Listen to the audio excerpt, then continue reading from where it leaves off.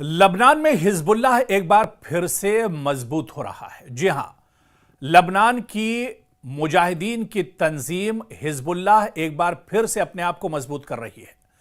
आपको बताते चलें कि हिजबुल्लाह के जो मुजाहिदीन हैं वो एक बार फिर से पूरी मजबूती के साथ अब निकल कर सामने आ रहे हैं।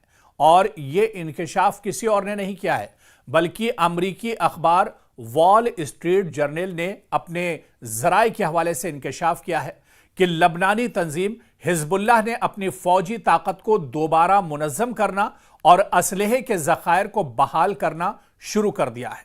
यह जंगबंदी मुआहदे की शराइत के खिलाफ एक चैलेंज समझा जा रहा है और इससे इजराइल के साथ नए तसादुम के इम्कानात बढ़ गए हैं। लेकिन मशरिक़ वुस्ता में जिस तरह के हालात हैं, इन हालात को देखते हुए हिजबुल्लाह कहीं ना कहीं अपने आप को मजबूत कर रहा है। हालांकि अमरीकी अखबार के रिपोर्ट के मुताबिक खुफिया मालूमात से जाहिर होता है कि हिजबुल्लाह दोबारा रॉकेट, एंटी टैंक मिसाइल और तोप खाना इकट्ठा कर रहा है। बाज हथियार समंदरी रास्तों और शाम के जरिए स्मगल किए जा रहे हैं, जबकि एक जरिए ने बताया है कि हिजबुल्लाह बाज नए हथियार खुद भी तैयार कर रहा है। अखबार ने लिखा है कि हिजबुल्लाह की इन सरगर्मियों पर इजराइल का सब्र का पैमाना लबरेज होता जा रहा है। इससे लबनानी महाज पर कशीदगी में इजाफे का खदशा भी बढ़ रहा है। इसी दौरान इजरायली नशियाती इदारे ने इत्तला दी है कि तल अवीव हिजबुल्लाह के बढ़ती हुई सरगर्मियों के जवाब में लबनान में अपनी फौजी कार्रवाइयां तेज करने पर गौर कर रहा है। आपको बताते चलें कि वज़ीर-ए-आज़म बिन्यामिन नेतन्याहू ने एक सिक्योरिटी इजलास में लबनान की सूरत हाल का जायजा लिया, जिसमें हिजबुल्लाह की जारिहाना और दिफाई सलाहियतें बहाल करने की कोशिशों पर बहस हुई।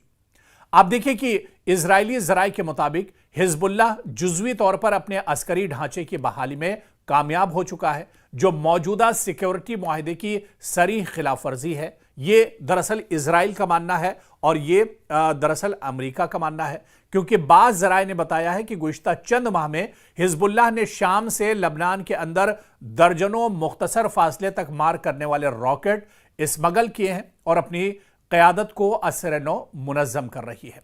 दरअसल अब यहां पर अगर हिजबुल्लाह मजबूत होता है या हिजबुल्लाह एक बार असर-ए-नौ फिर से यह तंजीम खड़ी हो रही है, तो इसका डर इजराइल को आखिर क्यों सता रहा है या अमेरिका इससे क्यों परेशान है?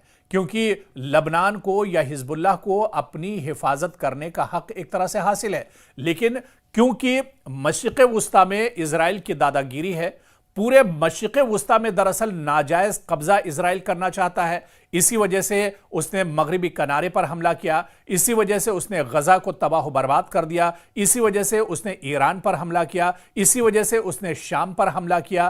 तो कहीं ना कहीं जो मशरिक़ वुस्ता में पूरी एक दादागिरी और नाजायज जो अपनी हरकतें हैं वो इजराइल एक तरह से अंजाम दे रहा है। और इजराइल का जो एक बहुत दैरीना ख्वाब है, इजराइल का जो एक मकसद है ग्रेटर इजराइल का, उसको दरअसल अंजाम देने के लिए हमेशा इजराइल फिक्रमंद रहता है और बिन्यामिन नेतन्याहू दरअसल ग्रेटर इजराइल के ही मंसूबे पर काम कर रहे हैं। हालांकि लबनान से या हिजबुल्लाह से इजराइल का कोई लेना देना नहीं है, ईरान से इजराइल का कोई लेना देना नहीं है, मासूम जो फिलिस्तीनी है उनसे इनका कोई लेना देना नहीं है। लेकिन क्योंकि कहीं पर मशरिक़ वुस्ता में कोई हरकत होती है, किसी भी इस्लामी ममालिक में अगर थोड़ी सी हलचल होती है, तो सबसे पहले अगर किसी के कान खड़े होते हैं तो वो इजराइल है। और इजराइल ये नहीं चाहता है कि मशरिक़ वुस्ता में जो इस्लामी ममालिक हैं वो खुशहाल रहें, वहां पर अमन रहे, वहां पर पीस रहे, वहां के लोग अच्छी जिंदगी गुजार सके।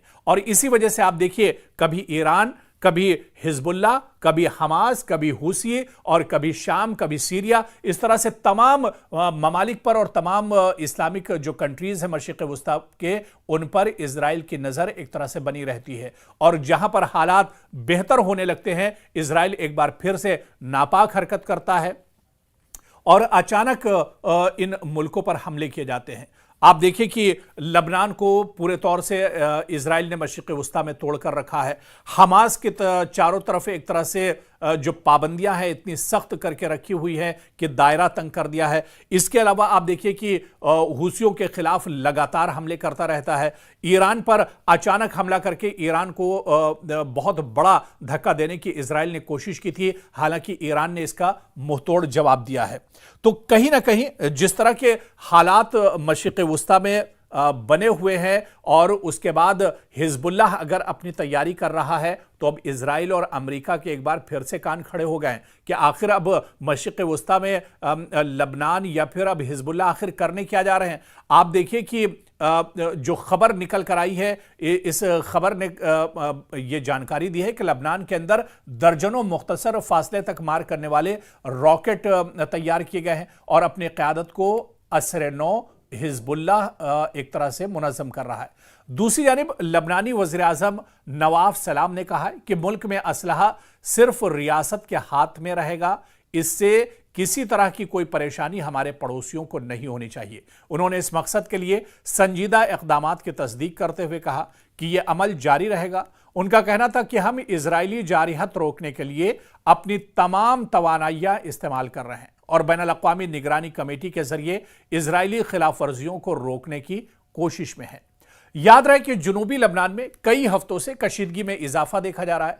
हालांकि दिसंबर 2024 से बाज़ाब्ता जंगबंदी यहां पर नाफिज है, लेकिन फिर भी बीच बीच में इस जंगबंदी को इजराइल तोड़ देता है। इजराइल एक तरह से जंगबंदी को वायलेट करता है और अचानक हमले करता है, जिसमें बड़े पैमाने पर जानी और माली नुकसान होता है। अमरीकी और फ्रांसीसी सालसी से तय पाने वाले इस मुआहिदे के तहत हिजबुल्लाह ने दरियाए लितानी के जुनूब यानी सरहद से तकरीबन 30 किलोमीटर दूर से अपनी अस्करी मौजूदगी खत्म करनी थी और इस इलाके में असलहा रखने का हक सिर्फ सरकारी इदारों को हासिल होना था। इसी मुआहिदे में इजराइल को इन इलाकों से इनखला करना था जहां वो आखिरी जंग के दौरान आगे बढ़ रहा था। तहम इजरायली फौज अब भी जुनूबी लबनान की 5 स्ट्रेटेजिक पहाड़ी चौकियों पर काबिज है, जबकि इस मुआहिदे के मुताबिक इजराइल को अपना कब्जा खत्म कर देना था और वापस एक तरह से जाना था, सिक्योरिटी फोर्सेस को हटा लेना था। लेकिन एक तरफ मुआहिदा भी इजराइल करता है और दूसरी तरफ उस मुआहिदे की नाफरमानी भी करता है और हमेशा एक तरह से इजराइल का यह रवैया देखा गया है, चाहे वो गजा में हो, चाहे वो ईरान में हो, चाहे वो लबनान में हो या फिर सीरिया में हो या मशरिक़ वस्ता के किसी भी मुल्क में हो। यानी एक तरफ अमेरिका के साथ मिलकर मुआहिदा भी करता है और इजराइल और दूसरी तरफ उस मुआहिदे की पासदारी भी नहीं करता है। वहीं अमरीकी दबाव पर लबनानी हुकूमत ने अगस्त 2025 में हिजबुल्लाह को गैर मुसल्लह करने का फैसला किया है। लबनानी फौज ने असलहा वापस लेने का 5 मरहलों पर मुश्तमिल मंसूबा भी तैयार किया है, जिसे हिजबुल्लाह ने फौरन एक तरह से मुस्तरद कर दिया है। तो कहीं ना कहीं मशरिक़ वस्ता में जाहिर सी बात है कि लबनान अपने आप को मजबूत कर रहा है। हिजबुल्लाह बहुत छोटी सी एक तंजीम है, मुजाहिदीन की एक तंजीम है जो अपनी हिफाजत के लिए एक तरह से असलहा जमा करते हैं या फिर अपनी हिफाजत के लिए ये पूरी एक विंग है। लेकिन इस पर भी इजराइल की नीयत एक तरह से ख़राब रहती है और वक्फे वक्फे से इजराइल हिजबुल्लाह को भी टारगेट करता रहता है। हालांकि हिजबुल्लाह के कमांडर का माजी में जिस तरह से उन्हें शहीद किया गया, कई बड़े सिक्योरिटी जो अफसर थे उन्हें शहीद किया गया और यही नाराज़गी दरअसल हिजबुल्लाह के अंदर है कि इजराइल ने जिस तरह से जासूसी करके मोसाद के ज़रिए, आईडीएफ के ज़रिए लबनान पर लगातार, ख़ासतौर से जुनूबी जो लबनान है वहाँ पर इजराइल लगातार हमले करता रहता है और इसी का को जवाब देने के लिए हिजबुल्लाह दरअसल अचानक खड़ा होता है। और आप देखिए कि 12 रोज़ा जो ईरान और इजराइल की जंग हुई थी, उसके बाद कहीं ना कहीं हिजबुल्लाह और मजबूत हो गया था, क्योंकि हिजबुल्लाह को ये मालूम था, इस बात की भनक लग गई थी कि अब खित्ते में कोई दरअसल महफूज रहने वाला नहीं है। अब इजराइल ने अपनी नीयत जो है वो एक तरह से सबके सामने पेश कर दी है, साफ कर दी है